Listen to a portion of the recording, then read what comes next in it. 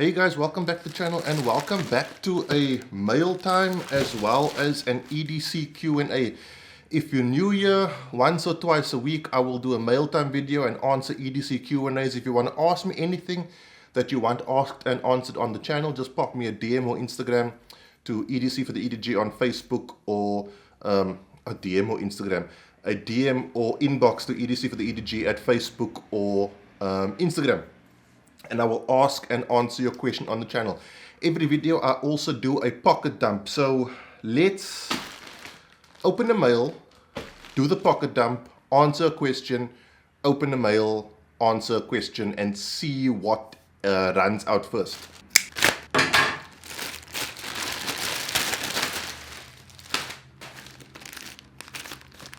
StraussKo. Now I believe this is my birthday present. My birthday was last Monday the 12th. StraussKo always wraps their things so nicely. If they ever don't make it, they can always become professional gift wrappers. But I'm sure they will make it.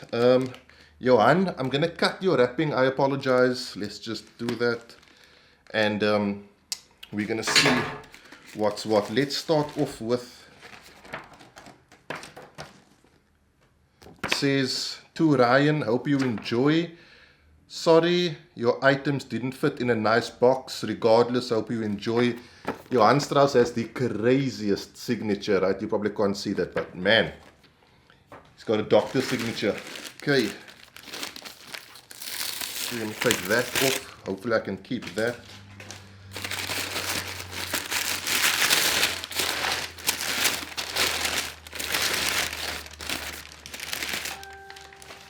Oh, that is sweet. Have a look at this. I believe this is called the bespoke organizer, and what it is an EDC organizer. Have a look. Okay, whoa, we've got a hank. Really cool. I like it.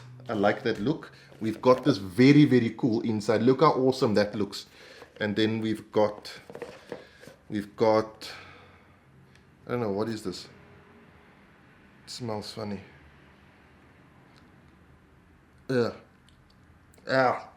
That's not cool. I don't know what that is. I'll have to ask him what that is.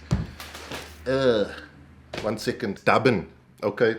Guys, side note, dubbin is not edible. Doesn't taste great at all. EDC organizer, have a look at that. And then you can put your EDC items in here. We've got a sleeve here. We've got elasticated sections here, and it all clips together nicely. And look at that, it's like almost already got the patina. Whew, that is spectacular. And then something I'm really impressed with, and I really wanted one of these, is a leather back organizer, sort of protector holder. So all my videos, I write down the ideas for my videos in a book, and just having something like this, such a classy touch. I tell you, StraussKo make the nicest things, right? What I'm going to do, guys, if you aren't sure about what leatherware you should be getting for yourself or for your partner, I am going to do like a StraussKo dedicated review video where I look at all of the leather stuff. I probably have 90% of their product line. So a massive thank you to Johan Strauss. I think this was part of my birthday present. And that's a really awesome birthday present, right? EDC and leather for me just go together. Things that patina, when it comes to EDCs, I don't know, for me, I'm like that classic EDC. I like EDC here. I like things that have wear on them, that patina, that age over time. It's made out of natural materials, handmade stuff. I don't know, that's just me. I love the originality and I love to be original, and StraussKo definitely bring that. I think the inside is really, really cool. Look how cool that looks. That's freaking awesome. You're definitely going to see a lot of this on my Instagram and Facebook feed, as well as I said, a full review of StraussKo stuff. Let's do the pocket dump and answer a question. Rear pocket, guys, I'm going to keep saying it, Leatherman Scully tool. Left pocket is my PowerTac Valor. Belt is the core essentials. It probably always will be. Cell phone in that pocket. My pants and t-shirt, cell phone pocket. Pants and t-shirt is Urban Warrior. front we are running Glock 19, Hollow Sun, and my birthday gift, which is the Streamlight TLR7. Thank you to all involved. In a Southwest Holsters Rattler. This pocket is the Open 2, and then also my Gonzo blade from Torch SA. Belt, sorry, not belt, wallet is the Aviator wallet. Very, very cool wallet. I'll link these guys down below. And as always, I'm running my Cold Steel Mini-Tac in a Southwest Holsters sheath. Let's answer a question. Hey Ryan, I don't know if this has been asked and answered before, but what cleaning kit or equipment do you use for your pistol and how often do you clean? Thank you for all the great content, from Alan Victor. So Alan, I'm just going to throw this out there. CHS Guns, I'll leave them linked down below. I have these really cool DVC cleaning kits, DVC Technologies, local company I believe. Check them out. They sell really cool cleaning kits. They're the people you want to go to. I believe them, I still use the kit I got when I got my gun, which I probably should upgrade. When it comes to cleaning the gun, I'm going to be a bit controversial here. I don't clean my gun after every shoot, right? There's some people who do that, some people who don't do that. I'm not saying you should, I'm not saying you shouldn't. This is what I do. Don't listen to me. Do what works for you. But I don't clean my gun after every shoot. My cleaning methodology works like this. I clean my gun before every shoot, right? So say for example, I'm going to go shooting on Saturday. On Friday night, I'll clean my gun. Go to the range, put 150, 200 rounds, whatever the case may be, for practice downrange. Come, and then I won't clean my gun again until I go shoot again. So let's say I go the next week, then the next Friday I'll clean my gun prior, that sort of thing. The reason I do that is I like to know that my gun works after I cleaned it.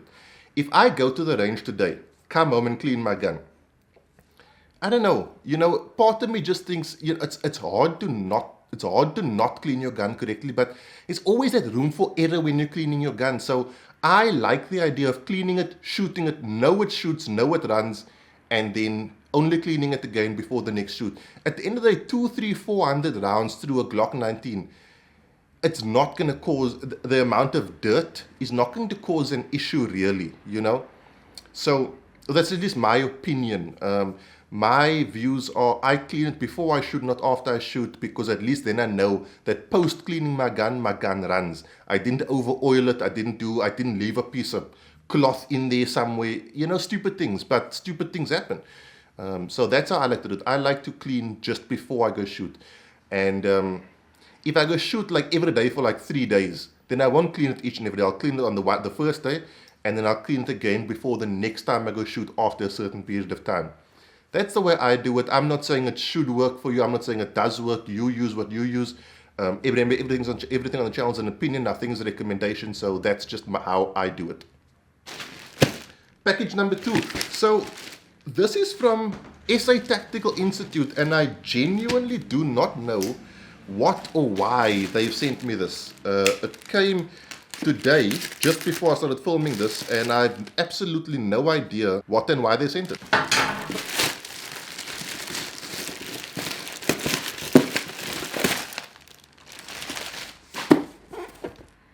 Core Essentials. Immediately, if you see a Core Essentials logo, you know it can't be bad. Okay, what have we got? Oh, Michelle's going to be unhappy with me. Oh yeah, that's not bad. What is that? Core Essentials t-shirt. I'm guessing this is probably for my birthday, because I didn't order this. SA Tactical Institute, if it is, thank you so much. That's not bad. And we've got some more stuff.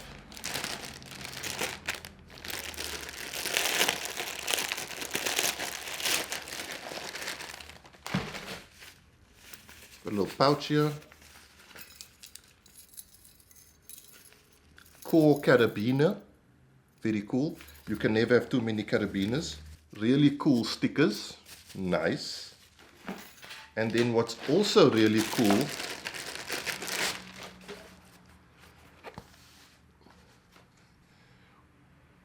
Core trucker cap. That's very cool. I'll take that. I'll take that every day of the week and twice on Sunday. That is a really, I'm checking like myself out in the side screen. That's a really cool cap. I'll take that. Ridwan, is it Tactile Institute? Thank you very much for this. I'm assuming it's for me. And I'm assuming you didn't send it to me by mistake because I didn't order these things. But thank you very much. And if it's a birthday present, I really appreciate that.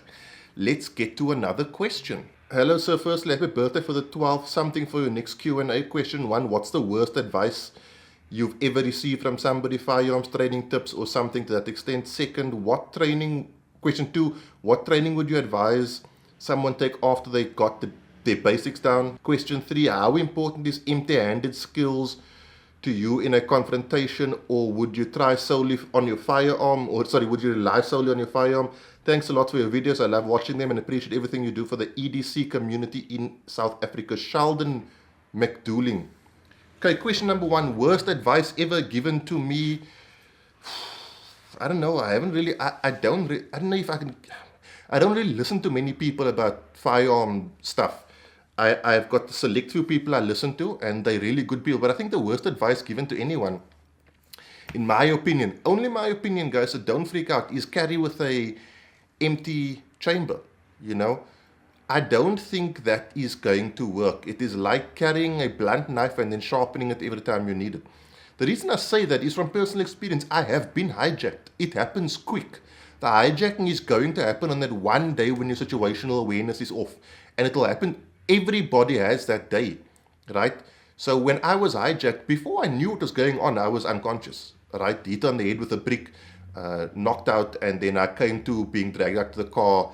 Couldn't see through my right eye because the blood had coagulated so much from my head. Your head bleeds a lot.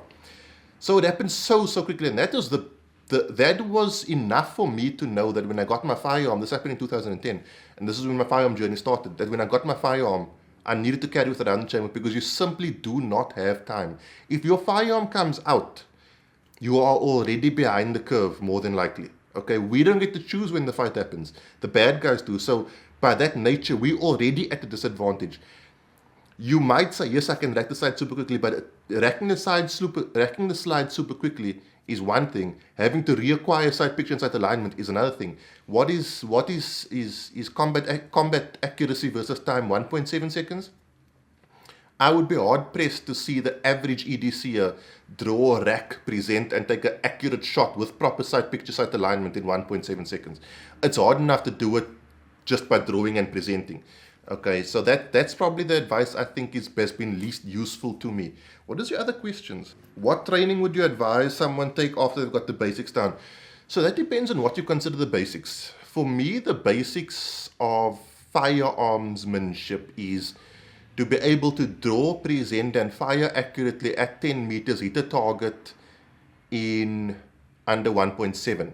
The reason I say that is because that is the best case scenario you can go through. If you ever had to do it for real, no jams, no nothing, single target, you don't have to move, they standing still. That is the basic for me. But remember, I'm not a firearms instructor, so if this is different to what the firearms instructor says, believe them over me. This is only my opinion. Okay. So if you can do that competently and you can hit targets, I would say then you need to work on follow-up shots, cadence, moving and shooting. You need to work on your reloads, not in this order, you decide what order. Reloads, whether it be speed, administrative, or tactical reloads. You need to work on your stoppages. Can you clear stoppages? Can you clear prolonged stoppages? Can you clear prolonged stoppages with one hand? Can you do it with your weak hand? Can you shoot with your weak hand, weak eye? Can you shoot strong hand, weak eye? Can you shoot strong eye, weak hand? These are all things that can happen, right? Can you shoot, on the course I was on, can you shoot with your hands taped up? Let's say you get shot in the hand and you lose these 3 fingers, right? Can you still run your firearm? Or are you going to still run with this hand, or are you going to switch to this hand? Those sorts of things. And then can you do it accurately? Can you do it from the holster? Can you do it in difficult positions, leaning from behind cover, leaning under cover, that sort of thing? That is where I'd go to next, but you've got to have really good basics down. You've got to be able to run your firearm, draw, present, shoot accurately at 10 meters, because if you can't do that, right, everything else is superfluous. If you can't hit a target, then everything else you're doing is a waste of time, as far as I'm concerned, because there's no sense being able to do a super fast tap rack, but you shoot everything but the target. Safest place to be is in front of your gun. You know what I mean? So that's what I would say. How important is empty-handed skills to you in a confrontation? Would you rely solely on your firearm training? Empty-handed skills is vital. So my background is about 8 years of Muay Thai and about 5 years of Gracie Jiu-Jitsu. I would say that gives me a reasonably good advantage over an untrained opponent, both standing and on the ground. The thing I liked about Muay Thai is because it was harsh. Right, Muay Thai, I've gotten punched in my face more than most people are ever going to get punched in their face. I'm not a talented fighter. I was never one of those gifted people who just pick things up. I always had to struggle. So whenever we sparred, I would get punched in my face. Right? It sucks, but it's a good thing to get used to. Gracie Jiu-Jitsu, the ground game. I love Gracie Jiu-Jitsu because it appeals to the mentality. You got to be a thinker, and it's not just about the physicality, which is a lot of what Muay Thai was. Muay Thai, if you don't know what you're looking at, can look like two guys just brawling hard, right? But the advantage of empty-handed skills is that it gives you a de-escalation option. What I mean by that is people who have empty-handed skills often look like people who have empty-handed skills. Not always, but they carry themselves. They handle themselves in a confrontation differently. They manage themselves differently. What I mean by that is they don't panic. They don't just go for their firearm. They don't try to punch. They try to de-escalate the situation. And the reason for that is probably because they have been punched. You never know who knows what, right? So I might have really, really good ground skills, but I might be talking to a guy who's a Gracie Jiu-Jitsu black belt, and he just doesn't look like it. Okay? So, and you only learn that when you've rolled with a black belt, or when you've trained with a guy who's done Muay Thai for 15 years, and he mops the floor with you for a month straight every Tuesday and Thursday. So that's what I would say. Empty-handed skills are absolutely vital. I highly recommend it. I highly recommend you train with every tool you carry. And these two things, this thing, those are tools. You got to train it. You got to be fit mind, fit body, right? Your body can't do what your mind can't see. Okay? So empty-handed skills I consider very, very important. Guys, that is it. Thank you very much to the fine folks over at StraussKo, Johan Strauss, Core Essentials, SA Tactical Institute. Thank you very much for my awesome birthday presents. I really appreciate it. You will be seeing more of it on the channel. Yesterday's video was cool, right? The smoking cigar video. Check it out if you didn't check it out. It's something new. I hope you guys enjoyed. I will see you guys on Sunday for a review. Have a good week. Be safe, train hard. Cheers. God bless.